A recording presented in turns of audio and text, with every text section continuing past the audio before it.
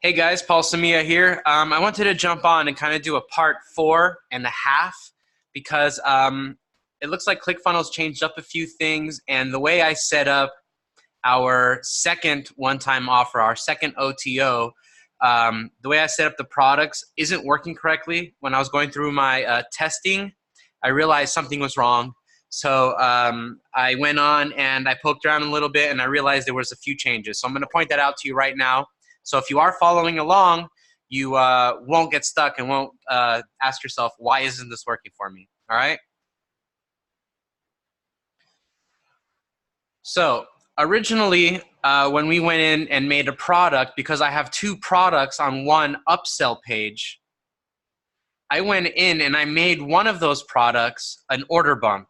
Okay, that's how I used to do things, but it looks like ClickFunnels updated their stuff, and that's no longer the way to do it. So I'm going to show you how to do it the proper way. Okay, so I'm going to come over here. I'm going to turn it off. I'm going to take it off of being an order bump because we no longer need that. Okay, I'm going to save it and close it. And then really, it's still very, very simple, okay? I have the two products in place already. So what you do is you go to the edit page.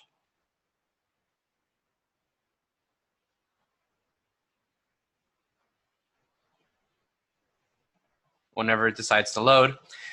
You click on the button itself, and then you now tell that button by setting its action what product it is. So in this case, it's the 4 mega hats. I'm clicking that.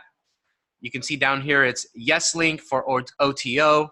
This one says yes link for 2 for OTO, yes link 2 for OTO, which is the 2 hats. So if I click here, set action, and I'm setting the action to the button to say yes on, it's a one-click upsell yes link, saying yes to the 2 hats. All right, guys, so I just wanted to jump on, and that's how you tell ClickFunnels what's what.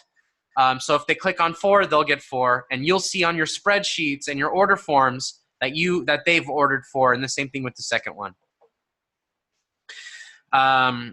So that's it, guys. I just really wanted to jump on and clarify the change that was made, and that way everyone's on the same page. And again, if you want this funnel, send me a message, ask me for the secret password. I'll give it to you, and I'll tell you what to do with it. And then after you do that, one thing, I will send you this funnel. That way, when I start step 5, you can follow me step by step on installing your pixel code and your Google Analytics and anything else that we're doing from that point all the way to launch. All right, guys, thanks again. Like I said, I'm just clarifying things up. I wanted to show you the changes that happened, show you the fix that was made. So again, thank you very much, and I will see you on part 5.